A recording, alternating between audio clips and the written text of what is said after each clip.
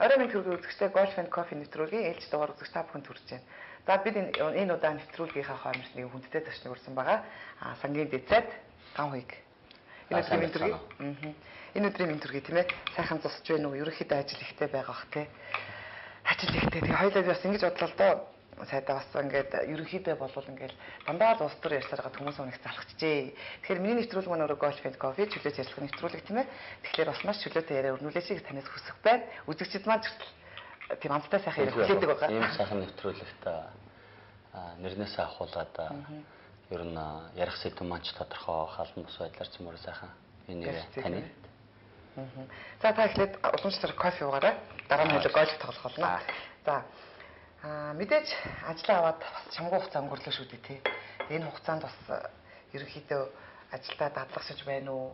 Одоо залуу хүний хувьд гэхдээ та бол маш амархан дадлгашиж маш амархан амжилтанд хүрдэг тийм өөрийн гэсэн авьяаслаг нууцтай хүн л дээ. Би бол мэднэ. Тэгвэл ерөнхийдөө дадлгашиж байна. Дээрээс нь ерөнхийдөө бас шийдвэртэй ямар алхмуудыг гаргав ажилдаа орсноос хойш. Ер нь бол бас нилээдгүй бас зурагтаар бол яригдчихл байгаа л да. Гэхдээ би таныг бас чөлөөтэй тийм ээ хамаа нэг яриач хийхийг хүсэж байна тий. Яг уу ардын намын хувьд бол өнөөдөр намынхаа нэрийг шинжилээд утга агуулга талаасаа нэлээд бүх шинжилгээ хийгээд өнөөдөр сонгуульд шинэ боловсон хүчнээ илгээж тухайлбал намайг Сүхбаатар дүүргийн сонгогчдод ардын намын баг хурлаас бол өнөөдөр итгэл хүлээлгээд явууллаа. Энэ тойрогт бол одоо өмнөх 2 ерхий сайд гарч ирж байсан улсын их хурлын гишүүд байгаа. Баяргаа Батул дарга нар маань. Том үрдэгч. Тий. Одоо бол нөгөө талаас бол бас их туршлагатай олон жил улсын их хурлын усан төр барилцсан хүмүүс бол өрсөлдөж байна. Тэгэхээр бол энд өнөөгийн үсэд байгаа нөхцөл байдал, эдийн засгийн нөхцөл байдал, нийгмийн нөхцөл байдал бас шин шийдэл, шин хүмүүсийг, шин санааг, шин эрч хүчийг хайж байгаа болов гэдгийг бол манайх бодлогоор хараад судалгаан дээр үндэслэж хагаад нам дотроо өрсөлдөөн явуулаад өнөөдөр Сүхбаатар дүүрэгт хүчээ үзэх гэж байна. Тэгэхээр сангийн дэд сайдын хувьд бол 1 жил 5 сар ажиллалаа. Эдийн засаг өнгөрсөн хугацаанд 11 оны хувьд би бүтээн ажилласан. 17.3% өссөн гэж яриад байгаа маа. Энэ нөгөө талдаа иргэдэд зөвөр жирийнээр ойлгуулахад бол манай улсын эдийн засаг 8 орчим их найд төгрөг байж байгаад 10.8 их найд төгрөг болсон. 30 гаруй хувиар өссөн. Тэр маань бол өнөөдөр Монгол улсын нэг хүнд ногдох дотоодын нийт бүтээгдэхүүний хэмжээгээр бол бид нар дунд одоо орлоготой улсын тоонд орлогоо Дэлхийн банк, олон улсын валютын сан, Аз хөгжлийн банкнаас бол хүлээн зөвшөөрөгдөд ер нь эрчтэй хөгжиж байгаа. Доогуур дунд орлоготой улсын тоонд орчлоо. Бид тэгэхээр бол одоо заавал одоо бүр он удаан жилүүдийг хүлээж байгаад бидний дараагийн үе сайхан амьдрах гэхгүй монголчууд бид өнөөдөр залуудаа амьд сэрүүндээ Монгол улсыг хөгжсөн өсрөнгөө одоо хөгжсөн дэвшилттэй тийм улс болохыг бол үзэх нэ. Энэ нь бол одоо манай өвгдөөцөөс бидэнд хадгалуулж үлдээсэн байгаа. Баялагийг зөв зохистой ашиглаж зарцуулж байж хамгийн гол нь бол хүнийхээ оюунд толгойд сэтгэлд нь зөв хөрөнгө оруулалтыг хийж байж эдийн засгаа төрөлжүүлж байж нэг салбараас тухайлбал одоо өмнө нь мал аж ахуй байсан. Одоо бол уул уурхаагаас хэд хамааралтай байдлыг арилгаж олон талын одоо хөрөнгө оруулалтуудыг хийж байж боловсролын салбараа, эрүүл мэндийн салбараа дэд үтсээ хөгжүүлж байгаад үйлдвэрийг хөгжүүлж ажлын байрыг олноор бий болгож тэхийн тулд бол мөн энэ хөрөнгө оруулалтыг хийж байх явцдаа залуусаа сайн сургаж аваад, дадлагжуулж аваад дараагийн одоо шинэ олон талтай эдийн засгийг бий болгох өсрөнгөө энэхүү хөгжлийг авчрах ажлыг бол эхлүүлсэн нэг жил байсан. Өнөөдөр баялагийг тэгш хуваарлаж яах үгүй гэдэг дээр бол бид сангийн яам дээр бол тодорхой хариултуудыг бол хэлнэ. Өнөөдөр цалин тэтгэврээ нэмлээ. Энэ бол уул уурхайн баялагаас бий болсон татварын орлогыг бид хуваарлаж байгааг нэг илрэл. Нөгөө талаасаа нийгмийн хамгааллын бодлого дээр тодорхой акцуудыг гаргаж ажиллаж байна. Дараагийн улсын их хурл зорилтод бүлгүүдэд нийгмийн халамжийг хүргье. Тэтгэвэр тэтгэмж цалингаа бол нэмье гэ манай намын мөрийн хөтөлбөрт орсон байж байгаа. Нөгөө талаасаа бол одоо түрүү жил 11 онд бид нар 700 тэрбум төгрөгийг улсын хөрөнгө оруулалтаар хийжсэн бол энэ оны төсөвт 2 их найд төгрөг дараа 3 дахин нэмэгдүүлсэн тийм үзүүлэлт байж байна. Үүгээр бол бид нар дэд үтсээ замаа барих ажлуудыг бол санхүүжүүлнэ гэд улсын их хурлаас батлагдсан төсөвт заагдсан байж байна. Мэдээж хэрэг сонгуулийн амлалт болох сая 500 мянган төгрөгийн одоо амлалтаа эх орныхоо хувийн шигийг иргэддээ хүргэх явдал нь өөрөө баялгаа шууд тэгш хуваарлаж байгаагийн нэг илрэл. Гэхдээ энэ дээр бол иргэдэд хандаад хэлэхэд бол Эрдэнэс 5 толгойгийнхоо хувьцааг сонгосон зөв шүү. Би болон миний найз нөхдүүд, миний таньдаг бүх хүмүүс бол хувьцаагаа сонгоно гэдэг тийм бүр итгэлтэй байгаа. Ард иргэдтэй уулзаа явж хахад мэдээлэл дутуу өрсөн байна. Сая төгрөгөө авчих нь бол одоо ер нь баталгаатай юм байна. Энэ сая төгрөгөд дүүцхөж хувьцаа авснаар авахгүй ч байж магадгүй юм байна гэдэг тийм ойлголт байна. Эрдэнэс 5 толгой компани өөрөө бодтой. Тэр компани Коксчих нүрсний нөөц нь баталгаатай 6 тэрбум төгрөг байна. Тонн Коксчих нүрс байна. Үнийг бид нар өнөөгийн зах зээлийн үнээр тооцоод үзсэн. Тухайлбал одоо жилд бид нар 10 сая тонныг гаргавал энийг 600 жил ашиглах тийм том нөөцтэй урах байгаа байхгүй. Тэгэхээр эх орны хувь шиг өнөөдөр бэлэн мөнгө болгоод 1-2 сарын дотор үрж яхаар үр хөвгттэй хэрэгтэй өөрийнхөө аж амьдралыг урт удаан хугацаанд аваад явахын боломжтой амьдралд нэг удаа олдож байгаа эх орны хувь шиг алтан завшаан гэж авч хүлээгээд хувьцаагаа авч үлдэж хөрөнгө оруулагч эх оронч хувьцаа эзэмшигч болооч гэж уриалмаар байна. 91 93 оны хувьчлалын алдааг битээ давтаач. Тэгэхэд бол үйлдвэрүүдийг үнэхээр хувьчилсан 440-од үйлдвэрийг. Хувьцааг бол сайн тайлбарлаагүй, эрхийн бичгийг сайн тайлбарлаагүй, цэнхэр ягаан тасалбараар нь ойлгоод ирсэн. Тэр бол буруу байсан. Тэрэн дээр бол цөөхөн хідэн хожоод гараад ирсэн. Энэ алдааг ердөөсөө давтаж болохгүй гэдгийг хэлмээр. Яг зөвхөн яг үнэхээр хүмүүс маань таны хэлдгээр мэдээлэл тун хомс байгаа л да. Дээрээс нь цөөн тонны хідэн нөхөд баяжаад 100 тонны хідэн нөхөд хөрөнгөчөөд тийм ээ. Ингээд хувьцаа маань яг одоо тэр хэлбэрт одоо 91 оны хэлбэрт ягаан тасалбартай нөгөө цэнхэр ягаан тасалбар шиг тийм болцгоодыг сайдл иргэдэд байгаад байгаа. Яг үнэ тийм. Тэрийг бол засаг залруулахын төлөө манай засгийн газар шийдвэрээ гаргаад 150 сая төгрөгийг хөлбөмбөг нийгмийн хамгааллын яамд бол хуваарлаад энэ санхүүгийн боловсрал, хөрөнгийн бирж, өнөөдөр болоод байгаа үйл явцууд, хувьцаа, Эрдэнэс 5 толгой компанийн үйл ажиллагааны талаарх мэдээллийг хүргье гэд түрүүчийн 7 хоногт засгийн газраас бол 150 сая төгрөгийг нөөц хөрөнгөөсөө гаргахад баталсан байна. За дээрээс нь зөвхөн нэг зүйлийг хэлэхэд бол хөгжлийн банк өнөөдөр үйл ажиллагаа явуулж байна. Мөнгө босгоод оруулаад ирлээ. Төрийн банкны бүтцийн өөрчлөлтийг бодлогын банк болгоё, орон сууцны зээлийг олгоё. Төрийн банкны одоо үйлчилгээг үзүүлэх бүхэл төрлийг энэ банкаараа дамжуулаад явуулъя. Хөгжлийн банкнаас төрийн банкнда зээл олгоч. 100 мянган айлын орон сууцны хөтөлбөрийг хэрэгжүүлчихье.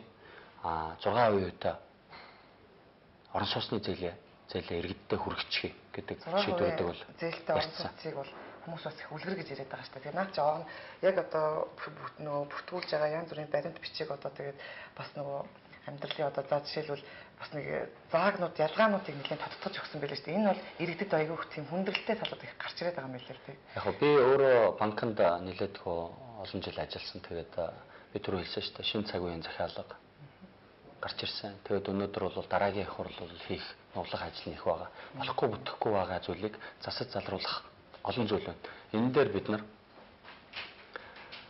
шинэ өнцгөөс хандаад асуудлыг түргэн шуурхаа хүндрэлж хэрэгдлгүй хамгийн гол нь үр дүнтэйгээр шийдэх тийм итгэлийг үзүүлэх болов гэж найдаж байгаа энэ сонгуулиар. За мэдээж би их болтгой. Монголын хэлээр гэдэг шүү дээ. За тэгэхээр улс төрд бол бас анх хөл тавьсан бас нэг үе түүхс байдаг штэ. Яагаад залуу хүмүүс өөрөө бас оюутны албаны дарга байсан гэдэг би бас мэдхий залууны. Тэг ерөнхийдөө бол таны очисон, удирдсан бүх юм бол их амжилтанд хүрч дээгүр байдгаа. Одоо жишээлбэл хас банк таныг бол хасын гав гэдэг хүмүүс маш сайн тань. Тийм үү? Ер ихэнхдээ хасын гав гэж тийм та бас одоо сүүлийн үедээ би нэг өөр хач авчаад байгаа. За ямар хач аав? Талах хоёгаа гэж. За яагаад тийм болж байгаа? Яг би маш олон зүйлд өөрийгөө зориулаад ажилладаг. Маш олон байгууллагуудын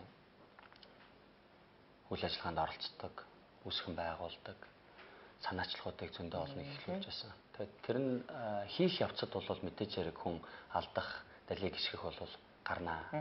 Бүдрээд унахад бол үлгэж аваад тэрийг одоо хөөрөгдүүлдэг тийм нэг хэсэг байна. Юу ч хийдэггүй зөвхөн ярьдаг. Амар ярьдаг. Зүгээр яг хас банкар мэдж байгаа. Гэхдээ би Тэнгэр санхүүгийн нэгдлийг үүсгэн байгуулж байсан, нэрийг нөгжсэн. Их хүүхд залуучуудаа зориулаад анх удаа Монголд ирээдүйн саятан гэдэг хадгаламжийг гаргаад Зөв банк, Хас банк гэдэг дугаан амируулад бүх орон нутгаар яваад жижиг дунд бизнес эрхлэгчтэй, ажилгүй иргэдтэй уулзалтуудыг зохион байгуулад бүх аймаг сумдаар явцсан. 2098 оноос хойш. Тэр явцтай бол ард иргэдийн маань ажил амьдрал ямар байгааг банкныхаа одоо үзэж мэдэрснийхээ үндсэн дээр банкныхаа үйл ажиллагааг тэрэн рүү чиглүүлээд ирсэн. Нийгмийн хариуцлага гэдэг асуудлыг бол хамгийн түрүүнд гаргаж ирээд ер нь нийгмийн чиг баримжаатай банкны арилжааны үйл ажиллагаа явуулж болох юм байна гэдгийг бол гаргаж ирсэн.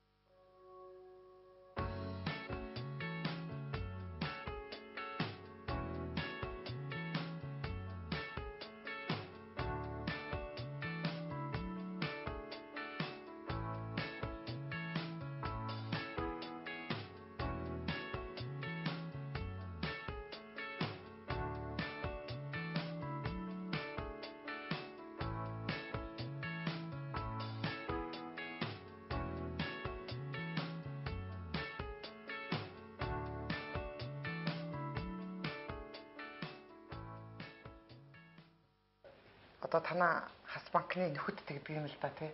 Зөв хүн, зөв амьдрал. Одоо юу лээ? Зөв хүн, зөв амьдрал, зөв ган хувийг гэж нэрлэх юм лээ шүү дээ таныг. Тэгэхээр ерөнхийдөө би ингэж юу асуух гээд байна гэхээр яг нуулгүй хэлэхэд энэ олон амжилтуудын нууц нь юу гэдэг юм бол залуучуудтай хандаад тийм ээ. Яг залуу хүний хувьд таныг бас сонсч байсан л да. 17 настайдаа анх ажилд орж ялаа гэж. Хөрөнгөний биржид ажиллаж ялаа гэж. За тэгээд цаашлаад хөрөнгөний биржээс цаашлаад оюутан болж исэн, галзгын 8 эхэлж исэн гэж. Маш олон үештүүдийг яг ээлж тараатайгаар давж иж бас энэ өндөрлөгт хүрлээ шүү дээ. Би нэрийн утас огч. Санаа зөв бол заяа зөв. Таны үрээ тийм үү? Тэгэхээр энэ болгонд маш сайхан энгийнээр хариулаач гэж хүсэх байна. Санаа зөв бол заяа зөв гэж байна. Би энэ сонгуульд бол зоригтой бай, зоригтой бай, зогсолтгүй бай гэж. Амжилтанд хүрэхин тулд бол хүн зоригтой байх хэрэгтэй, хийх ёстой юм а хийдэг байх хэрэгтэй. Тэрэндээ хүрэхин тулд цуцшгүй, шантралгүй байдлаар ажилтдаг байх хэрэгтэй. Тэхийн тулд бол өөрийгөө цэнгэлсэн байх хэрэгтэй. Боловсролын хувьд, сэтгэл санааны хувьд бэлдсэн байх хэрэгтэй. Энд чинь нэг гоё үг байна л да. Би нэрийн утсан дээр дандаа өөр өгнүүд тавиад ингээд яваад байгаа. Тийм байна. Мөнгөний төлөө биш юм шиг ажил, хизээч намайг гомдоохгүй юм шиг хайрал, хинч намайг хараагүй юм шиг бүжигл гэж. Тэгэхээр амьдралд бол ингэж л хандах хэрэгтэй болоо гэж бодож байгаа. Чин сэтгэлээсээ бүх юм тандвал хүнд амжилт үе таалгаа нэ. Амжилт бол хүн болгоны хувьд бол өөр бага. Эрүүл саруул байх нь өөрөө амжилт. Сайхан гэрүүлтэй хүүхдүүд маань цоглог эрдэм номдоо шамдаад ямар нэгэн мар хачигдахгүй байх нь бас нэг амжилт. Эцэг их маань урт удаан наслаад одоо жинхэнэ одоо буйнаа идлээд ингээ явж яах нь бидний бас нэг амжилт. Ажилдаа албан тушаалдаа ахиц гаргаад улс орондоо үр бүтээлтэй зүйлийг сэдэд санаачлаад хийж байгаа зарим хүмүүсийн хувьд амжилт. Зарим хүмүүсийн хувьд бол улсын их хурлд орчихлоор амжилт. Зарим хүмүүсийн хувьд бол илүү үйлсэн гаргах үр дүн амжилт байдаг байна. Тэгэхээр тэр хэмжүүр нь өөр байх учраас хүн аливаа юмд нэг зориглоод хийн гэж шийдсэн бол эцсийг нь хүртэл тэмцэтгэл байх хэрэгтэй л гэж хэлмээр байна. Монголчуудын хувьд бол байдлаараа өөрмөц. Одоо энэ тусгаар тогтмол эрхчлөөгөө бид нар бол ямагт хамгийн өндөрт тавьж явах хэрэгтэй. Энэ нь бидний амжилттай ямар нэгэн байдлаар зөрчилдөх ёсгүй. Хэрвээ миний амжилт энэхүү эрхчлөөг энэхүү олон 100 жилийн туршид хийсэн тэмцлийн үр дүнг арилгах аюултай байгаа бол тэр амжилтаасаа татгалзах нь өөрөө амжилт гэж би боддог. Тэгэхээр үнэт зүйлс өнөөдрийн нийгэмд байх ёстой. Бид эрхэмлдэг, нандиндаг хизээч оролдож болдгоо тийм үнэт зүйлсээ гаргаад ирэх юмсан гэж би боддог. Бид нар монголчууд бол ярьдаг бурмаар тэтгэхээс урмаар тэтгэх. Эхмэргүй үг.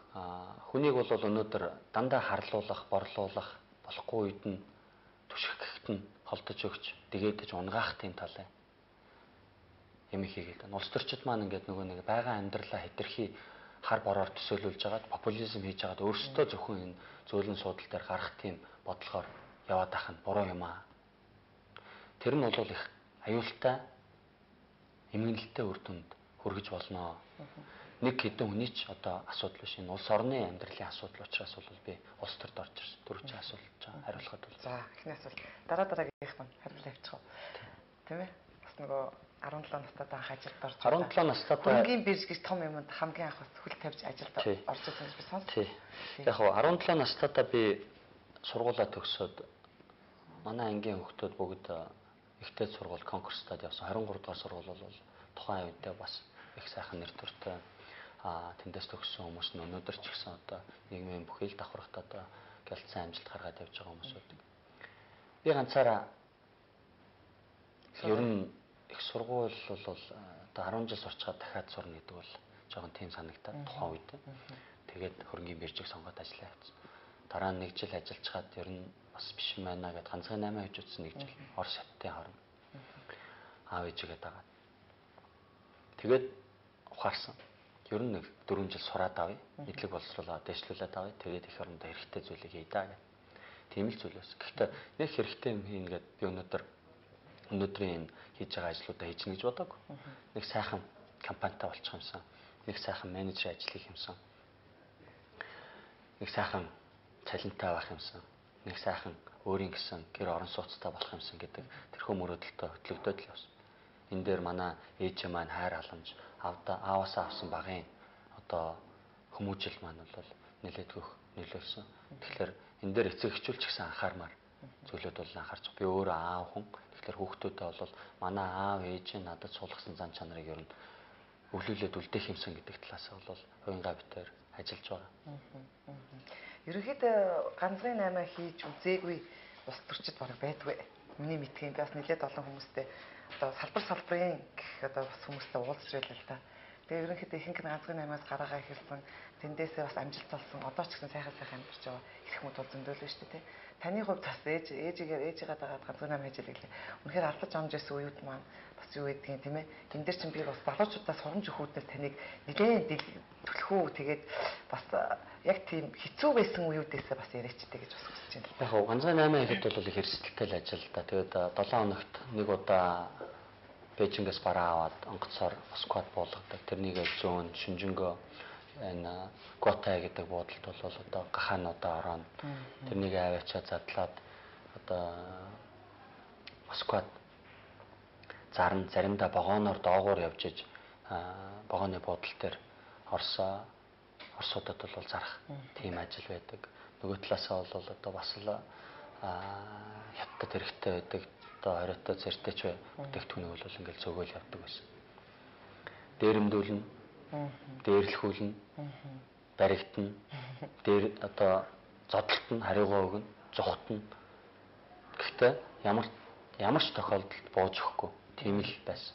Гэхдээ бол ганцхан 8 өөрөө сүлдээ явцгүй болсон 93 онд. Манай аавч тэгэхэд бурхан болоод өгсөн. Бид их том шатаад сургуулаа төгсөхдөө бол үндсэндээ манай ээж бол нэлээдгүй их хэмжээний бас өөр хөргөдлөлцсөн. Би хуваараа сурсан учраас. Тэгээ тэрнийг нь төлөхийн төлөө бол би эхнийхээ 5-6 жил бол хөдөлгөрсөн. Тэр сургалтынхаа төлбөрийг манай ээжийн хүмүүсээс одоо гуугаад авсан байсан мөнгийг эргүүлж төлөхийн төлөө. Анх хөрөнгөний биржид орж байхад 1200 төгрөгийн цалинтай ажилд орж байсан. Монгол банкнд ороход дадлагжигч ажилтнаар 6 сар ажиллахдаа 28,000 төгрөгийн цалин авч байгаа. Сүүлдээ 60,000 төгрөгийн цалинтай болсон. Хавгаатай хүүхэдтэй болсон байсан. Ээж дүүнер маань байсан. Хүнд хэцүү үеиг бол заавал даван туулна. Амьдралд бол бүх юм сайхан ингээд зөөлөн дулаахан тийм таатай байхгүй. Гэхдээ хүнд бол нэг нөгөө зоригтой бай гэдэг. Тэр зоригтой бай гэдэг тэр өөрөө сая гарч ирж байгаа. Тэгэхээр тэр зарчмыг мөрдлөг болгоод сайн сайхны төлөө цоцошгүй тэмцвэл амжилтанд хүрч болно гэдгийг би өөрөөрөө миний зэрэгцээ явж байгаа сайн нөхдүүдээр үлгэрлэн дуурайлах юмсан гэж ажилласан. Монголын оюутны холбооны ажлыг надад 2 жилийн өмнө оюутнууд маань санал болгоод намайг сонгоод ажилуулсан.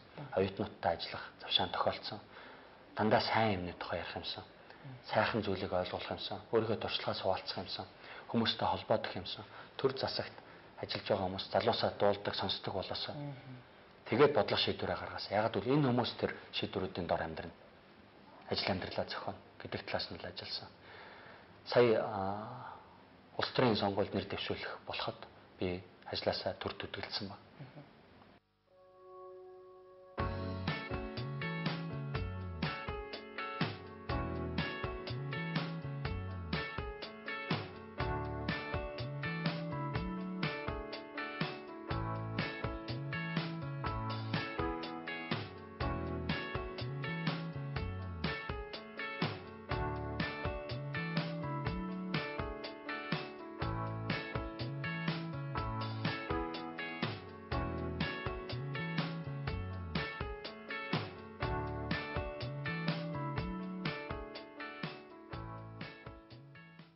Тэгэхээр яриа маань ингийн бацсан амттай сайхан хүрж байна л да.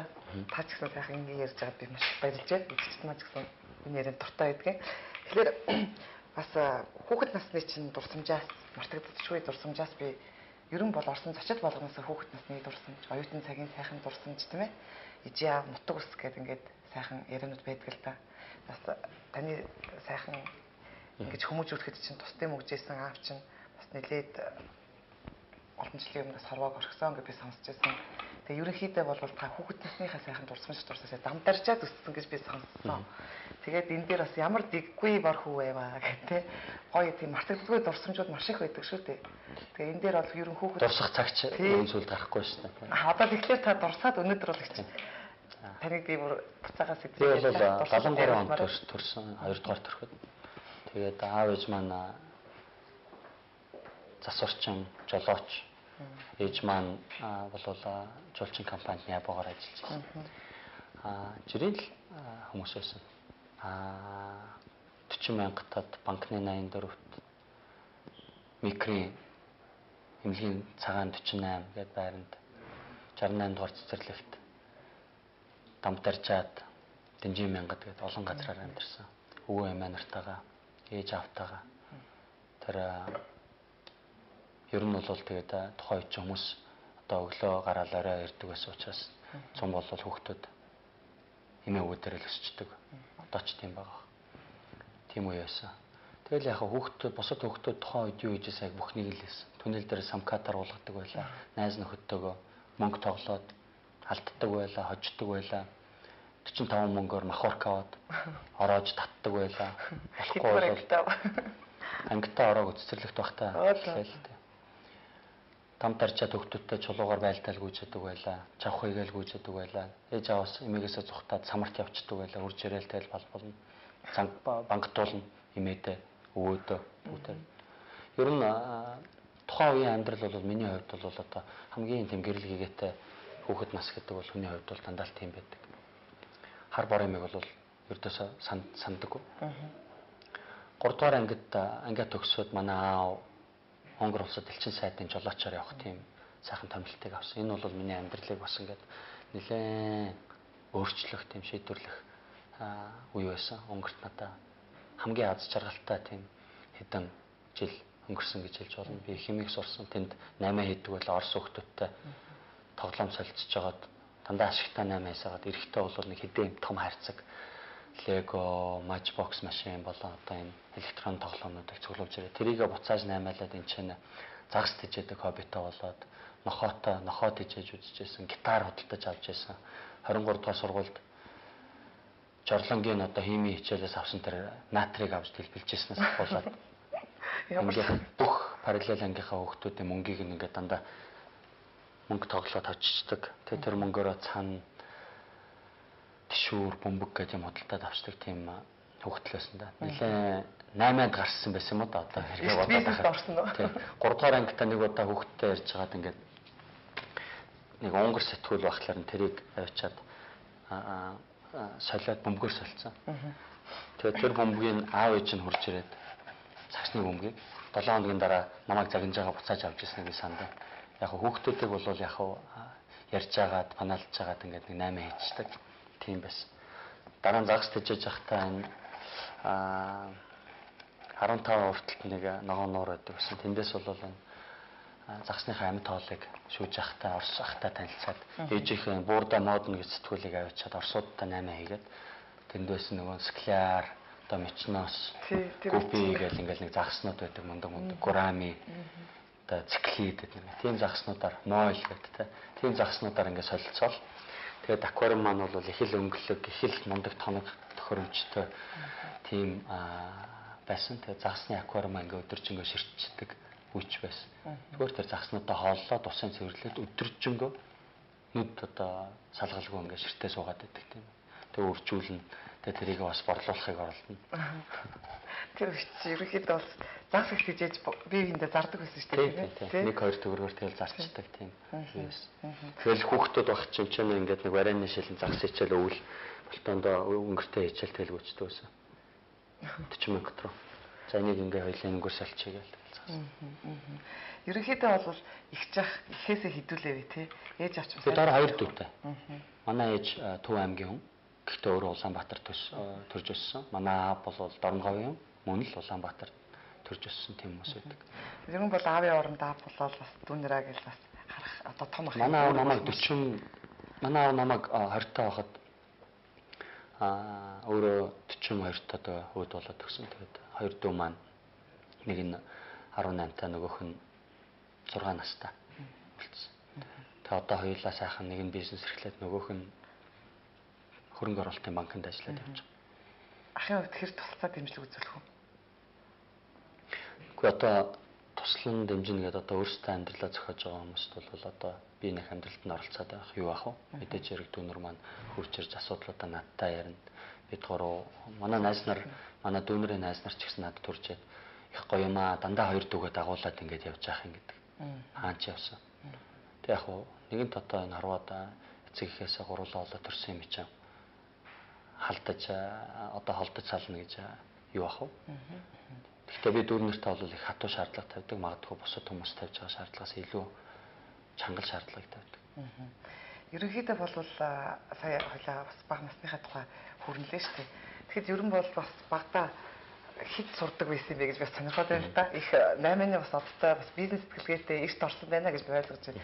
Энэ бол таны бас нөгөө маш хурдан ажилдаг бас нөгөө сэргэлэнч гэдэг юм уу те одоо ярил те тэгтээ бас хэд сурдаг байсан өглөөнөөс хэд бэлэг авдаг байсан болоо те октоудаас хэд хайрын захиа авдаг байсан болоо хэр үерхдэг байсан болоо өргөл нүхлийн талаас асуухгүй өнгөрч болохгүй тэр үеийн бидний хүмүүс чинь бол ингээл орцонд гитар тоглосон нь сая өөрөө хэлсэн ш те за тэр тухайгаа хоёлаас яриад хөө нүдээ уус тоглодог байсан.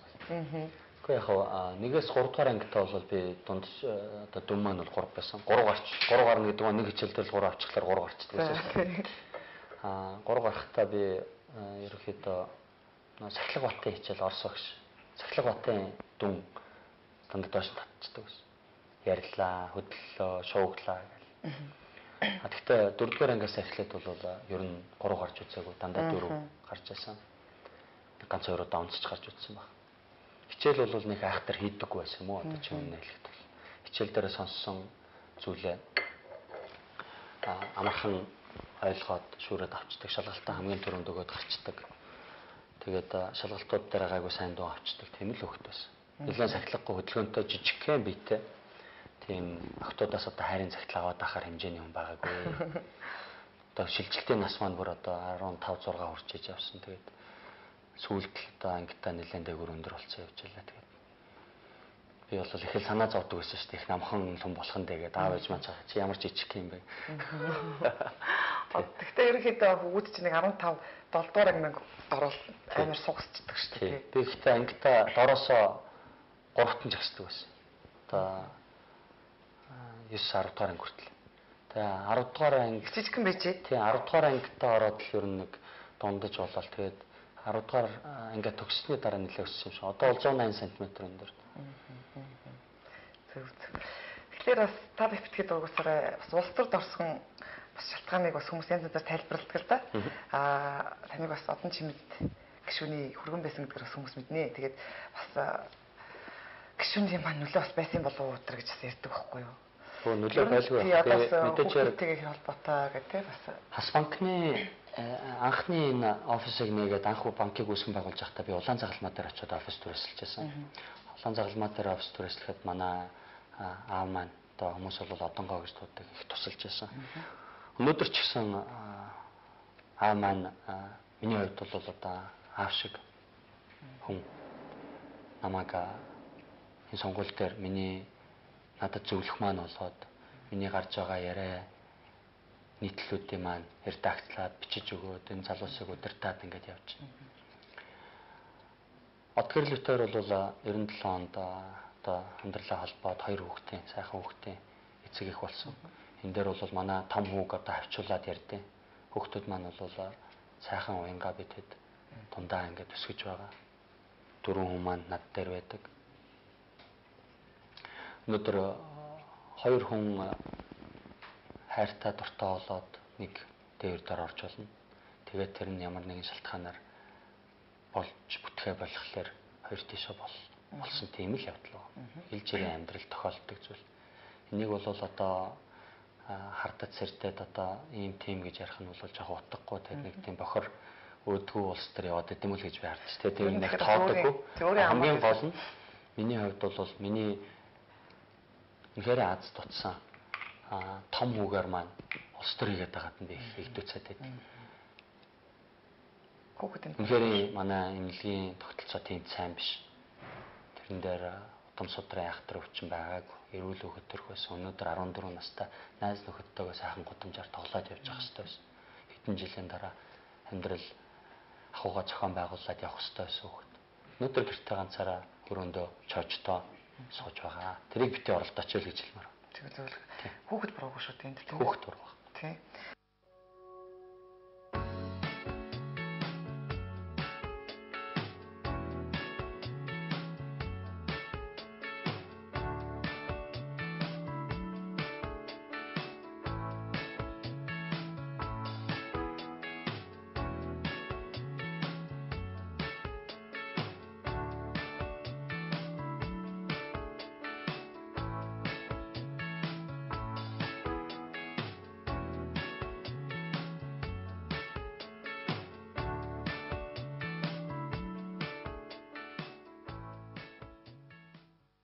Тэгэхээр бас одоо үнэхээр Уянгаа гэдэг Монголын сайхан мөсгөчүүдийн нэг шүү дээ тий. Тийм таны гэргий одоо бүх ард талыг авч явж байна. Ер нь тэгэл мэдээж улс төрч нөхрийн гэргий байна гэдэг бол бас маш их том хариуцлагатай л да. Хариуцлага өөр нь тийм ээ. Энэ болгон дээр бас гэргийгээ яриач.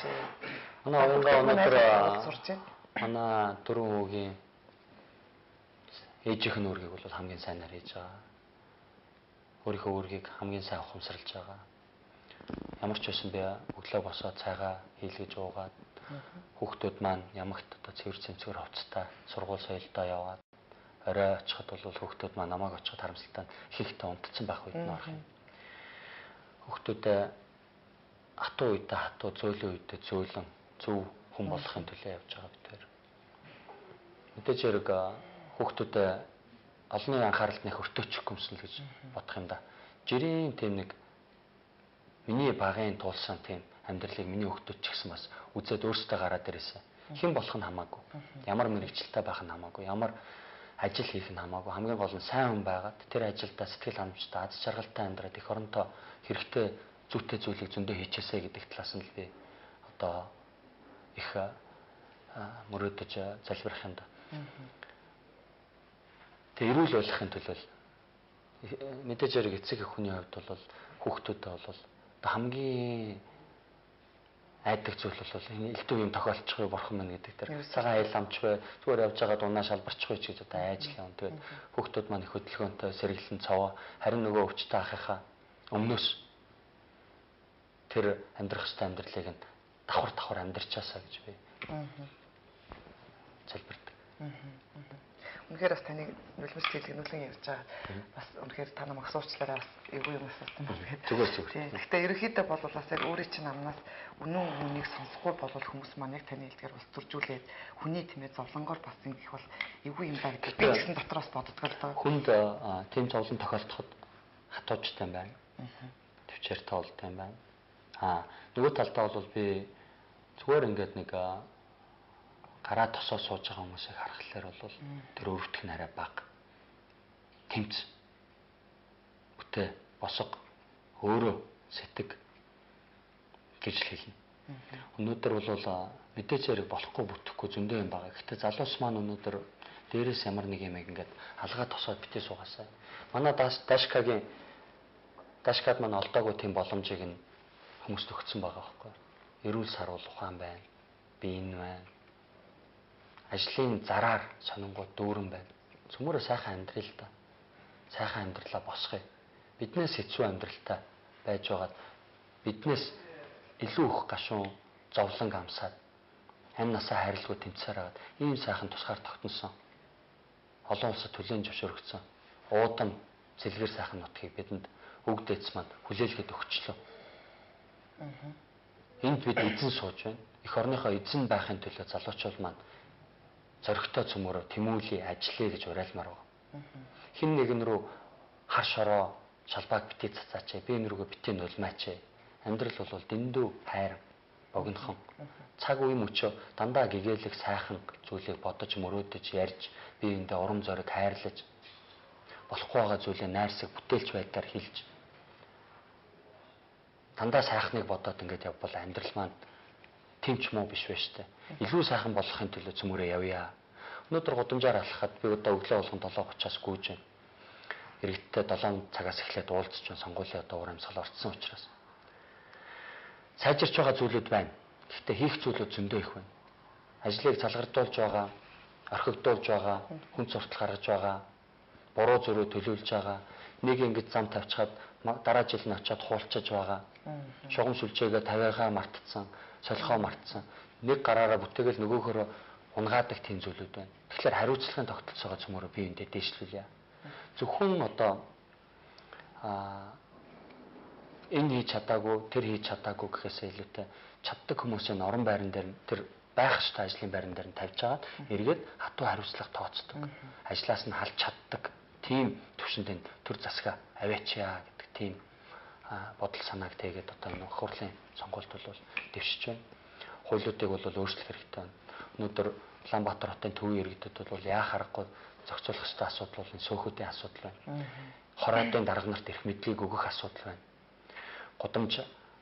Гудамжаа хогноос нь цэвэрлээд иргэдтэйгээ ухамсартай нь ажиллаж энэ хогоо шүлсээ хайдггүй болгох талын ажлыг явуулмаар байна. Хотын захын хорооллуудад илүү төлөвлөлттэй, илүү одоо цэвэр цэмцгэр байдлаар амьдруулж байгаад өтөр түргэн байдлаар энэ орон сууцнд түрээсийн орон сууцнд засгаас одоо хэрэгжүүлсэн татаастаа түрээсийн байрыг ярьж байгаа юм шүү. Боломжтой нэгд нь бол тэр 20-с 40 квадрат байшингууд нь урт хугацаатай, бага хүүтэй татаастаа зээлүүдийг нөгөөд орон сууцнд оруулах ажлуудыг хиймээр байна. Тэхийн тулд бол эргээд одоо хууль тогтоомжиндөө ажиллаж байгаа хүмүүсэнд тодорхой өөрчлөлтүүдийг хийж ажиллах зайлшгүй шаардлага байна. Өнөөдөр 90-ад онтой харьцуулахад энэ 2000 гараад эхний энэ 21-р зууны 10 жилдээ харьцуулахад бол боломж нь гараад ирлээ. Бид нар юм үзчихлээ. Хэний үгээр явах уу, хэний үгээр явахгүйгээ мэдчихлээ. Нөгөө талдаа болохоор бидэнд бас нэг сайхан зүйл байна. Тэрний юу гэхээр санхүүгийн хувьд Монгол улс эрх чөлөөгөө олж авч байна. Баялагынхаа ачаар, газрынхаа хэвлээд байгаа баялагынхаа ачаар бид санхүүгийн эрх чөлөөг олж аваад гаднаас ямагт одоо хөнгөлөлтөө зээл гэдэг байсан бол бид нар хөнгөлөлтөө зээл авахаа зогсоож байна. Арилжааны зээл авах хэрэгтэй болж байна. Сая хөгжлийн банк 600 сая доллар оруулж ирлээ. Энэ бол их том амжилт гэж бодож байгаа. Цаашд бол бид нар сайхан зөв санааны үйл хэрэгжүүлэх болцоо хөрөнгө бэлэн бол бий болчлоо гэж хэлмээр. Ер нь бол залуучуудаа маш их дэмжиж байгаа шүү дээ. Сайхан залуучууд маань гарч ирээсэй. Одоо өөрөөр хэлбэл тань шиг ийм бас зөв бодолтой тийм ээ хүмүүс гарч ирээд тэгвэл Монгол орны ирээдүй сайхан болно гэдэг ард түмэн хүртэл хүлээлттэй байгаа л да. Яг энэ дээр. За тэгэхээр нэвтрүүлгийн цагаас өндөрлөх гэж байна. Гэхдээ би танаас бас нэг оюутан цаг гэж дурсахгүй өнгөрөхгүй байж бас чадахгүй. Ягаад гэвэл та өнгөрс сургууль төгссөн шиг надад санагдаж байна. За оюутан цагийнхаа сайхан дурсамжаас хүүхэд насныхаа дурсамжаас ярихад та буцаад хүүхэд насндаа олцсон шиг би бас надад тийг санагдлаа. Танд ямар санагдлав? Ойрж яриаг хүүхэд насны чинь дурсамжийг яриулахад сайхан байсан болоод гэж би бодож штеп. Оюутан багтаа сахилахгүй байсан. Би хуваараа сурдаг байсан. Ганцаархнаа олон улсын хүүхдүүдтэй байсан. Тэгээд бие даах шийдвэрүүдийг гаргах, хүнтэй нөхөрлөх, өөрийнхөө зарчмын төлөө бос зогсох, тэмцэх тэр зүйлүүдийг бүгдийг сурсан. Боломгүй байдлуудаас өөрийгөө авч гарах тэр чадварыг бас давхар эзэмсэн болов уу гэж бодож байгаа. Тэгээ оюутан яах вэ одоо? Нөгөө нэг хүүхдүүдийг харна, хойноос нь гүүн, болцсон, шохоорхон. Хэр баяа оюутан бэ? Тэр үед гайгүй байсан. Би хуваараа сурдаг байсан түрүү хэлсэн. Хуваараа диплом Монголд авчирсан. Бараг анхны тохиолдол байж магадгүй 97 онд би Унгар улсын эдийн засгийн сургуулийн олон улсын сургалтын төвөөс нь бакалаврын дипломоо аав ээжийнхээ буйнаар авчирсан. Гэхдээ би улсад ажилласан. Залуустай ч их тэгж л уриалмаар байгаа юм л да. Өнөөдөр миний үед байснаас илүү их тийм боломж харагдаад байгаа юм л да. Би англи хэлийг бол англи ном зардаггүй байхад англи зураг телевиз радио явдаггүй байхад сурсан. Тухайн үед бол тэтгэлэг, стипенд, улсын хөнгөлөлт гэдэг юм бол надад бол дэндүү гол сонсогдож байсан. Тийм боломж байгаагүй. Гадаадад одоо улсын тэтгэлгээр сурах. Өнөөдөр тэр боломжууд нээлттэй байгаад байна. Эзэн хичээвэл заяа хичээнэ гэдэг. Тэгэхээр жинхэнэ өөрийнхөө хувь заяаныхаа эзэн байгаад сүл сүнснийхээ ахмад нь байгаа ч гэж үзэж байна. Капитан нь байгаа ч. Өнөөдөр бүх юм чинь чиний гарт байна. Бүх амьдралын чинь сайн сайхан зүйл өнөөдөр гаргаж байгаа шийдвэрээс чинь шалтгаална. Оюутнууд бол сурах ёстой. Тэр чинь ажил чинь сур боловсрал Монгол улсаа өөрийгөө гялцуул. Монголчууд бол бүхийдэг цаг өнгөрсөн. Бид дэлхийн одоо манлайд нь явна, тэргуунд нь явна. Биднийг бол хүмүүс хүндэтгэлтэйгээр хүлээж авна. Ийм учраас бол бид нар өөрсдөө хэн бэлээ, хаанаас гаралтай билээ, ямар зовлон бэрхшээлийг туулаад гараад ирсэн бэлээ. Өнөөдөр ямар байдалтай явж байна. Хамгийн үнэтэй зүйл болох баялаг бидэнд байна. Тэр нь эрхчлөө. Сонгогдох эрхчлөө. Хувь заяагаа тодорхойлох эрхчлөө. Тийм болцоо олгож чадахгүй байгаа засгийн газрууд төр засгууд бол зөндөө байна. Тэгэхээр бид нар бол үнэхээр хувьтай ард түмэн илүү сайхан амьдрах боломжийг бол бид одоо үндэс суурийг нь бол тавьчихлаа. Ардын засаг, ардын намын бодлого бол тусгаар тогтнолыг авчирсан. Цаашдаа биднийг цэцэглэг мандалтанд бол хүргэх тийм бодлого байна. Энэ дээр бол бүрэн итгэлтэй байж болно. За, баярлалаа. Кофе ямар байна даачгүй тий? Кофе сайхан байна. Та ер нь кофе хэр удах вэ? Унаа. Өдөрт. Сайн кофе байна тий. За 2-3 өдөөс хойш 2-3. За тэгэхээр мэдээж кофего бол одоо хоёул гольф зохио тийм ээ. За тийм. Тийм гольф таныг нэгэн чамгуу тоглодог гэсэн үзэгчтэй харуулъя. Хоёул гольф тоглоё.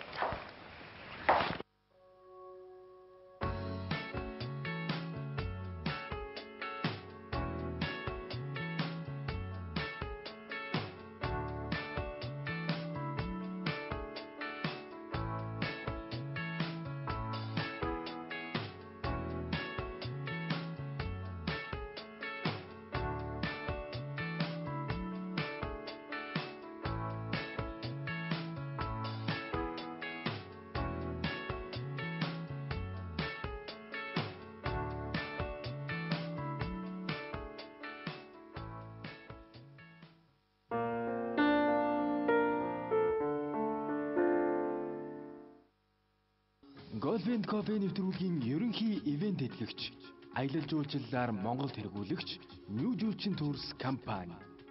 New Julchin Tours компани Бээжин, Хайнан, Сингапур, Малайз, Хонконг, Макао, Вьетнам, Тайланд, Герман, Франц, Куб, Хавай, Дубай, Япон, Чежу зэрэг улсууд руу байнга аялуулна. Монголын аялал жуулчлалын тэргүүлэгч компани New Julchin Tours. Мигольф сургалт дасгалын төв. 7 дахь жилдээ үйл ажиллагаагаа амжилттай явуулж буй. Монголын анхны сургалт дасгалын цогцлбор юм. Та манай төвийг сонгосноор жилийн 4 удирлын туршид өглөө 9 цагаас өдшийн 21 цаг хүртэл манай найз хамт олон та бүхнийг өгтөж хүссэн үедээ найз нөхөд хамт олноороо саатан чөлөө цагаар бүтээлтэй өнгөрүүлэх боломжийг олгож байна. Манай төв гольфийн дэлгүүр, дасгалын талбай, гольфийн хэрэгтэй хадгалах хөрөө, автомашины дулаан зогсоол, скрин гольф, ресторан, кофе шоп зэрэг олон үйлчилгээнүүдээс хүснээрээ сонголтоо хийж үйлчлүүлэх боломжтой. Манай хаяг Маршлийн гүрний наан Элдорадо төв. За манай сайд гольфийг маш сайн тоглодог юм байна. Хаана ингэж гольф сурваа тий. Тэр ерөнхийдөө бол ямар спортоор хичээлдэг юм болоо сонирхмоор байна. Гольфоос гадна нэгэн төсгөө хөвт байсан. Тэгвэл спортын төрөлд бас ямар хөө бэ? Гольфийг Гамболд ахта манай тууцаан даргын нэмсэглэн Гамболд эдийн засаг жаргал сайхах мөн цаг компани Нэмхбаатар ахта одоо тэдний ятгалгаар бол тоглож сурсан. Нэг ч ахтар одоо тоглоос орцсон юм зүгээр зав гарахгүй юм. Багтаа бол каратегаар, гандбол, усан сэлтийн спорт, дугуй, сагсан бөмбөг, гүлтийн цан, за одоо бол энэ уулын цан, Мөн одоо гүлтийн цана хөлбөмбөг гэдэг маш их олон спорт хийж байна даа. Аль болохоор зовлогоо бол тэгэл тарчлааж штт. Улсын зэрэгдээ би юу ямар нэг спортоор? Байхгүй. Ер нь бол нэг хэдэн спортын одоо тэмцээнд оролцоод авсан медалууд байгаа. Алтан медалууд, хөрөл медалууд, цомууд. Гэхдээ бол тийм улсын зэрэгт хүрэх хэмжээнд бол аливаа спортыг хийж байгаагүй. Маш олон спортоор хичээлж ирсэн байна. Тэгэхээр нөгөө нэг спортоос нөгөө спорт руу шилжихэд бас нэг эвдүү байдаг баг л та тий. Нөгөө олон спортоор хичээлдэг болохоор. Ер нь ухаан санаагч гэсэн нөгөө талаасаа бол энэ биеийн хөдөлгөөн, биеэ өөрөө удирдах, захирах төр чадахыг бол мэдээж хэрэг спорт бол дэвшлүүлнэ. Нөгөө талдаа бол ерөнхий нэг эрүүл мэндийн байдал бол одоо залуугаараа байх, залуугаараа харагдах тэр боломжийг бол спорт олгоно. Мэдээж хэрэг бол залуучдаа бол хураалаад одоо спортоор л хичээлүүлэх гэдэг байгаа шүү дээ. Тэр дуулын 2020-ыг нэрлэж болно. Хасын хөлгүүд гэдэг байж байна. Багийн спортуудыг дандаа дэмжиж ирсэн. Зүгээр хоббиний хувьд гэвэл хурдан машин унаад ингээд давхих дуртай, мотоцикл унах дуртай, уул хадаар явах дуртай. За сүүлийн сонгуулийн үед бол би хэдэн залуучуулаад агуулаач та байхнасаа Улаанбаатар хотын төвөр гүгээд байгааг бол манай үзэгчд бас зарим нэг нь харсан баг. Гүүх бол өөрөө ямар нэгэн зардал ширэгдэлгүй. Ямар нэгэн одоо цаг аваад ах зүйлгүй. Гэхдээ маш их зөв спорт гэж бодож байна. Тэгээд би ганцаараа зүгээр гэрийнхээ гадуур гүйдэг байсан бол залуучтай ер нь одоо гүйдэг тийм спортыг, гүйлтийн спортыг бол сурталчилж байна. Хамт гүйхийг уриалж байна. Тий. Би ч бас таныг бас гүүг явж байгааг харсан л да. Одоо тэгээд залуучууд энийг сонссон юм чинь маргаашнаас эхлээд бас гүүх хэлгүй. Нилээн их гүйдэг юм билээ шүү дээ. 7 молоо гэдэг тий. Өдөртөө нэг 3-4 км гүйчин. Тэгээд сонголтуудаа хийчих нь одоо гимнастик зарядка хийж штэ. Тэгээд нэг 10 хүүхдүүд намайг дагаал гүгээд байгаа юм да. Тэгээд зарим нь бол ердөөсөө таслахгүй ингээд мундаг гүйж байгаа. Зарим охтууд ч гэсэн. Ерөнхийдөө бол одоо ингээд сайда та харж байна уу? Ингээл залуучууд маань 30 хүрэхгүй ингээд гүзээ сугаал те. Ерөнхийдөө энэ таргалалт гэдэг өвчин бас Монгол орныг бас нэлээд хамраад байна шүү дээ. Таны жингээ ярьж байгаа нууц бол энэ бол спортын буян юм а гэж би ойлгож байна. Тий. Одоо ингээд ерөнхийдөө одоо ингээд гүйж яхад гэлтэй. Тэгээд гэлэн дээр зогсохлоор нөгөө төгс төгөлдөр гэдэг тийм бичиг нь гарч ирнэ. Ерөнхийдөө бол бас нууц нь тэндээ байгаа юм байна л да тий. Хүүхдүүдээ бас хэр урагддаг. Хүүхдүүдээ спортоор аль болохоор хичээлгүй яах вэ? Явах болгондоо, тоглох болгондоо дагуулад явна. Тэрэн дээр бол уянгатаа заримдаа бол санал зөрөлдөх зүйл гарна. Унтах ёстой, амрах ёстой, даарна хүүтэн байна, хувцсын зузаалсангүй, ингэсэнгүү, тэгсэнгүү. Мэдээж хэрэг тийм гэр бүл болгон тийм асуудал гардаг. Гэхдээ би хүүхдүүдэд дагуулаад яваад юмар санагдав. Бүх юмдаа. Одоо гэр хаана хүүхдүүд маань ямар сургууль сурдаг вэ? Ер нь эцэгчүүд маань сүүлийн хүүхдүүдийнхээ боловсролыг анхаардаг сурдаг. Манай Хаска, Данцка, Галдан гуруулаа. Баг хоёр нь бол жоохон орчлон цэцэрлэгт нь явж байна. Хаска маань нэлээд доогоор сурж байгаа шүү ер нь. Тэр хатуу аав. Би юу? Би гайгүй хатуу үедээ бол хатуу, зөөлөн үедээ зөөлөн. Гэхдээ айгүй нэг бүрчлэн хичээлийн шалгаа суугаад байх тийм зав болцоо гарахгүй л байна. Багчул маань бол гэхдээ бас сүүлийн үеийн хүүхдүүдийн онцлог юм уу та. Тэр нэг компьютер, электрон тоглоом дээр энэ телевизээр асааж унтраах, суугийн солиход надыг бол хол хайцсан. Тэгээд нэг тийм содон авиас бас байх шиг байгаамаа. Нэмэг хараад шууд чэйжлэл компьютер асаач нь пассвордыг нээч нь унтраач нь үсэг сураагүй байж 4 наснаас эхлээд нэрээ олоод харчин, нэрээ өөрөө биччин ингээд сонь тийм үйлдэл. Тэнийг байна. Хүүхд болгон л тийм байгаа хөө. Ерөнхийдөө хүүхдүүдтэй сая их хурсын бай болоод өнгөрлөө шүү дээ.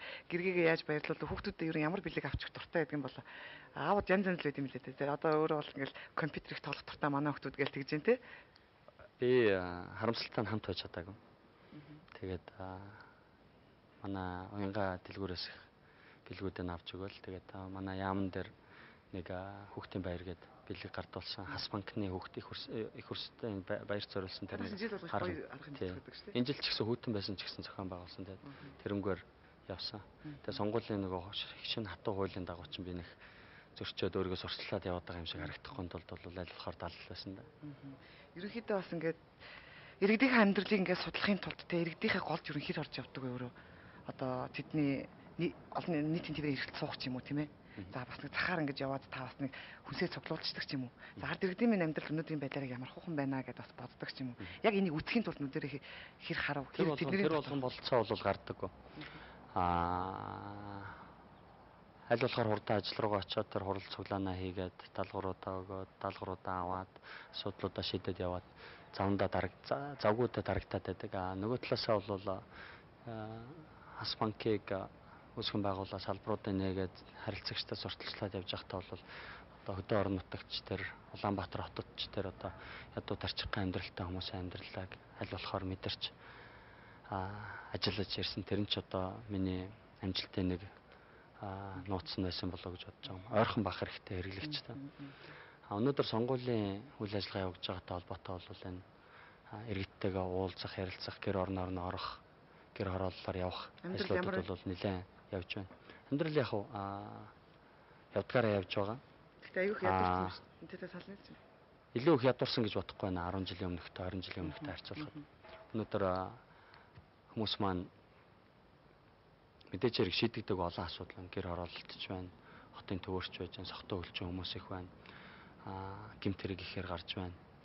Нөгөө талаасаа бол энэ болохгүй бүтэхгүй байгаа зүйлээ гэхээсээ илүүтэй өнөөдөр бидний амьдрал 3 жилийн өмнөхтэй харьцуулахад, 5 жилийн өмнөхтэй харьцуулахад, 8 жилийн өмнөхтэй харьцуулахад ямар болж байгааг нь би бодох туфтаа л да. Тэрнээс яг өчигдөр ямар байсан, өнөөдөр ямар байсан. Тэгэд нийтээр нь дунджаар нь аваад үзвэл ямар ч байсан хүүхдүүд маань сургуультай явж байна. Айлын гадаа нэг машин ястаа. Автобуснууд маань одоо нэлээд элбэг явдаг болчлоо. Дэлгүүрт бол бараа бүтээгдэхүүн байна. Сонингоор ажлын зарууд дүүрэн байж байна. Цалин хөлс маань нэмэгдээд байна. Өнөөдөр бүтээ гэвэл боломжууд бол нэлээдгүй их байж байна. Шийдэгдэггүй байгаа асуудлууд байна. Иргэд маань газраа авъя.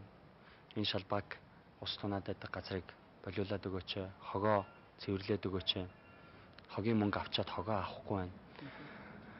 Хүн суртлах гаргаж जैन зөвшөөрөл өгөхгүй байна. Дэлгүүр ажиллах гэсэн тийм асуудлууд бол байж байна. Ер нь оюутлогоо 5 толгой ашиглалтанд ороод ирж байгаа. Тийшээ бол их нүүдэл явагдана болоо гэж би бодож байгаа. Өнөөдөр залуучууд бол тэнд боломж солонгосоос илүү их гарч ирж байна. Их орондоо эзний ёсоор ажиллаад амьдраад тентгийн цалингийн аваад гэр бүл хүүхдээ сайхан орчинд амьдруулад боловсруулж өсгөх тийм боломж нь бол гаргаж өгч байна. Өнөөдөр оюутнууд маань тэтгэлэгтэй явж байна. Сургалтын төлбөрөө авч байна. Дунд боловсролын тогтолцооны өөрчлөлтийг хийж байна. Сургуулиудыг одоо илүү их олноор нь барина. Зүгээр асуудал гэвэл одоо яашил цэцэрлэгийн хүрэлцээ Улаанбаатар хотод бол нэлээд асуудал болчлоо. Сургууль баригээ мөнгө нь байхад газар нь байхгүй байна. Тэгэхээр тэрэн дээр бол нэлээд томоохон бодлого гаргаж ирж шийдлийг нь олж дараагийн 4 жилд энэ байдлыг бол эргүүлэх хэрэгтэй байгаа маа.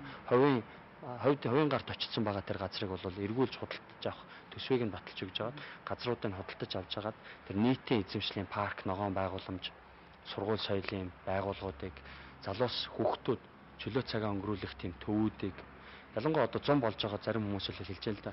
Энэ дунд сургуулийн хаалгыг битээ хаагаач, үүд хаалгыг битээ хаагаач. Тэнд нь багш нартай тусгаалan гэрээ хийгээд хүүхдүүдэд өдөр өнгөрүүлэх тийм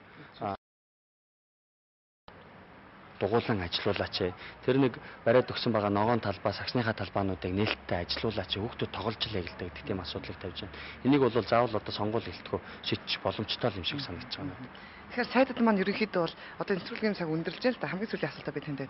Ерөнхийдөө ямар хүмүүсийн одоо ард түмний гуйгаа бол хэрэг хэрдэг юм болоо. Хамгийн яг таны тийм ээ.